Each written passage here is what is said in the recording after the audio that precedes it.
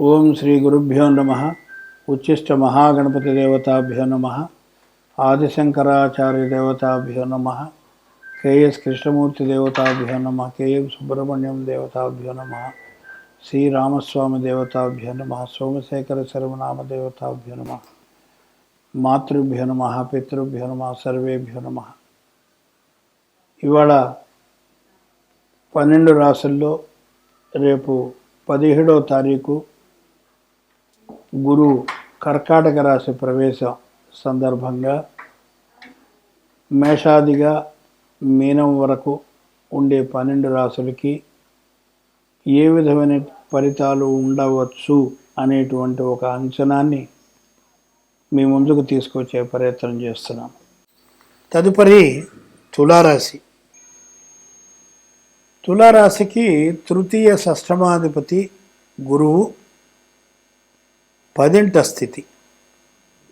తృతీయం అంటే కమ్యూనికేషన్స్ లేదా communication skills లేదా ఉత్తర ప్రత్యుత్తరాలు, సంప్రదింపులు, ఇవన్నీ కూడా తృతీయం చూపిస్తాయి.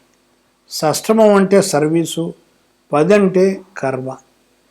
సర్వీసు కర్మ అంటే మీ ఎవరైతే ఉద్యోగానికి అప్లై చేసి ఉంటారో గతంలో వాళ్ళకి ఈ నవంబర్ తర్వాత అంటే డిసెంబర్ నుంచి యోగకాలం, అంటే వాళ్ళకి ఉద్యోగం వచ్చేటువంటి అవకాశం ఉంటుంది. ఎందుకనంటే తృతీయాధిపతి అంటే మీకు ఒక ఇంటిమేషన్ వస్తుంది, ఫోన్ కాల్ కానీ, ఈమెయిల్ కానీ, లేకపోతే ఒక వాట్సాప్ మెసేజ్ కానీ తప్పనిసరిగా మీకు వస్తుంది. 6, 10 కాబట్టి ఉద్యోగం. కొంతమందికి ఉద్యోగంలో ఆల్రెడీ ఉన్న వాళ్ళకి గతంలో కొన్ని కారణాల వల్ల లేదా శని భగవానుడు వక్రి కావడం మూలంగా ఉద్యోగాలు ఏవైతే ఆగిపోయినాయో, ప్రమోషన్లు ఆగిపోయినాయో అవన్నీ కూడా ఈ సంవత్సరం ఒకదాని వెంబడి ఒకటి డిసెంబర్ నుంచి మెల్లమెల్లగా వీళ్ళకి వస్తాయి. అంటే తులారాశి వాళ్ళకి తుల అంటే న్యాయం, ఈక్వాలిటీ, అది ఈ సంవత్సరం మీరు ఖచ్చితంగా గురువు ద్వారా చూడగలుగుతారు. అంటే గురువు సహజంగా మామూలుగా మనం రాసుల్లో చెప్పుకున్నట్టయితే ధర్మాన్ని కాపాడేటువంటి వారిలో కుజుడు, రవి, 3 గురువు. ఈ గురువు గారు అంటే మన యొక్క దేవాలయాల్లో కానీ, పీఠాధిపతులు కానీ, మఠాధిపతులు కానీ హిందూ సాంప్రదాయాన్ని పరిరక్షించేటువంటి వాళ్ళు, అంటే ధర్మాన్ని రక్షించేటువంటి వాళ్ళు, వీళ్ళందరూ కూడా ఈ సంవత్సరం చాలా హ్యాపీగా వాళ్ళకు కావలసినటువంటి పనులు నిరాటంకంగా జరుగుతాయి. అది కూడా డిసెంబర్ నుంచి. కాబట్టి ఈ సంవత్సరం వీళ్ళకి బాగుంటుంది, మంచి జరుగుతుంది అని మనం సూచనప్రాయంగా తప్పకుండా చెప్పవచ్చు. మరొక విషయం, ఈ ఛానల్ ద్వారా 12 రాసుల వాళ్ళకి ముఖ్యంగా ఏ రాసుల వాళ్ళు జాగ్రత్తగా ఉండాలి అనేటువంటి విషయాన్ని మరొక్కసారి మనం చర్చించుకుంటే మన ఉభయులకి ఎంతో ఉపయోగదాయకంగా ఉంటాయి. అంటే చెప్పినటువంటి దాని యొక్క సత్ఫలితం మీరు పొందాలనేటువంటి ఉద్దేశంతో దీన్ని మళ్ళా చెప్పడం జరుగుతుంది. మనకి ముఖ్యంగా మొట్టమొదటిగా వృషభ రాశికి అష్టమ భావ సంబంధం వచ్చింది కాబట్టి అది కొంత ఇబ్బంది కలిగించేటువంటి కార్యక్రమం. అంటే వాళ్ళకి సమయం అలాంటిది. ఎప్పుడూ నా మాస్టర్ అంటే కాదండి, మీకు ఇంచుమించు డిసెంబర్ దాకా ఈ ఇబ్బంది ఉండేటువంటి అవకాశం ఉంటుంది. కాబట్టి అప్పటి వరకు కూడా మీరు శనికి దానం ఇవ్వడం, నువ్వులు, అలాగే శనగలు గురువుకు దానం ఇవ్వడం మీకు చేసినట్టయితే ఈ దోషం నుంచి చాలా వరకు మీకు నివృత్తి లభిస్తుంది. తర్వాత మీకు సింహరాశి వాళ్ళకి మనం చెప్పుకున్నాం, 5, 12 అని ఎప్పుడైతే వచ్చిందో ఇది కొంచెం కష్టకాలం వీరికి అని చెప్పినా మీరు ముఖ్యంగా ఈ సింహరాశి వాళ్ళు ఆదిత్య హృదయం, ఖడ్గమాలా స్తోత్రం చేస్తూ కుజుడికి రవికి గోధుమలు తర్వాత కందులు దానం ఇస్తే కొంత ఉపశమనం జరుగుతుంది అనేటువంటి భావన మీకు తెలియజేస్తుంది. అలాగనే తదుపరి రాశి ధనుర్రాశి. 1-4 అధిపతి అయినటువంటి గురువు అష్టమంలో ఉండడం అనేటువంటిది కొంచెం ఇబ్బందికరమైనప్పటికీ కొంతమందికి, అందరికీ ఉంటుందని చెప్పను నేను.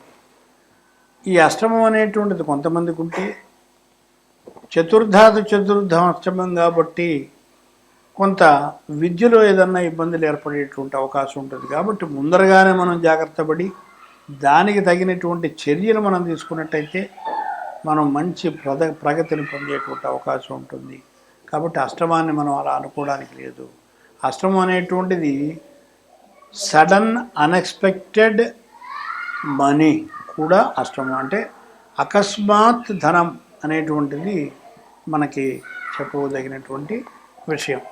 ఇంకా ఇంకొక విషయం ఏమిటంటే మకర రాశి వాళ్ళకి కూడా 3-12 అంటే ఎక్కువ తిరుగుతూ ఉండడం, అంటే వాడు చెప్తారు త్రిపాది అని చెప్పి అంటూ ఉంటామే, అలాంటివి ఎక్కువ జరుగుతూ ఉంటాయి. ముఖ్యంగా వ్యాపారస్తులకు ఎక్కువగా ఈ పాపం ఈ సంవత్సరం ఎక్కువగా ఉంటుంది తిరగడం, మామూలు తిరగడం కంటే కూడా. కాబట్టి వీళ్ళు ప్లానింగ్ ఎక్కువ చేసుకుని మొత్తం అన్నిసార్లు వెళ్ళే కంటే తక్కువ సార్లు ఎక్కువ మనం వాటి నుంచి లాభం పొందేటువంటి అవకాశం ఎలా ఉంటుంది అనేటువంటి ప్లానింగ్ మనం వేసుకున్నట్టయితే మీకు అన్ని విధాల మీకు ఉపయోగదాయకంగా ఉంటుందని నేను చెప్తున్నాను.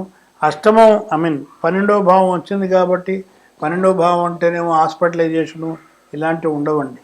కొంతమంది ఏదైనా తప్పిదాలు చేసి వాళ్ళు ఇబ్బందిలో పడి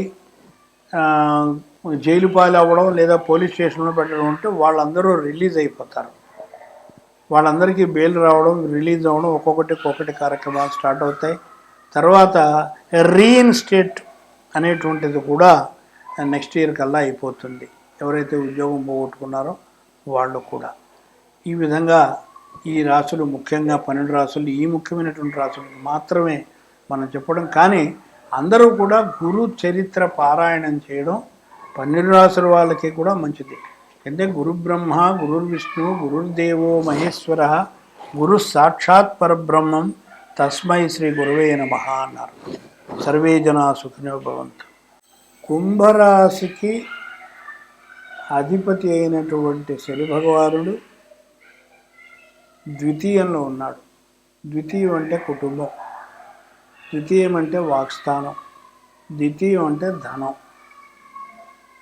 సో ఈ 3 కూడా ఈయన వక్రిగా ఉండడం మూలంగా అన్నీ వెనకబడతాయి. అంటే ఏది ముందరికి జరగదు. మీరు మాట్లాడేదానికి పెడార్థాలు తీసుకునేటువంటి అవకాశం ఎక్కువగా ఉంటుంది. అందుకని వీరంత వరకు మౌనాన్ని పాటించాలి.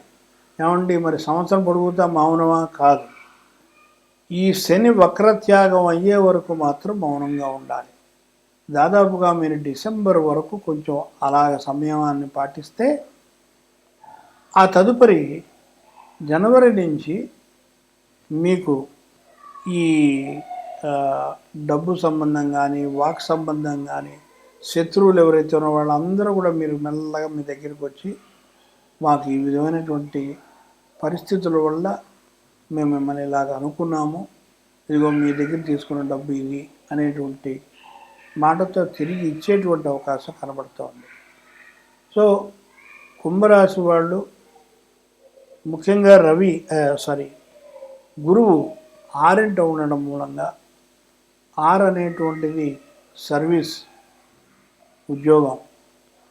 ఉద్యోగానికి అప్లై చేసి రాకుండా ఉన్న వాళ్ళకి, ఎవరైతే కొన్ని కంపెనీల వాళ్ళు ఇంకా మీకు టైం ఉంది తర్వాత చెప్తాము అనేటువంటి వాళ్ళు రేపు డిసెంబర్లో ఆ విషయాలు తెలిసి వాళ్ళకు ఉద్యోగం వచ్చేటువంటి అవకాశం కనబడుతుంది.